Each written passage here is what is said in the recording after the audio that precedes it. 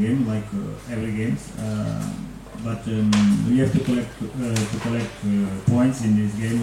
We have to do everything to collect points because our opponents are collecting points in the games, and we cannot lose more points or lose at least the distance for our direct opponent. So the target tomorrow is collecting points like all the games in a difficult match.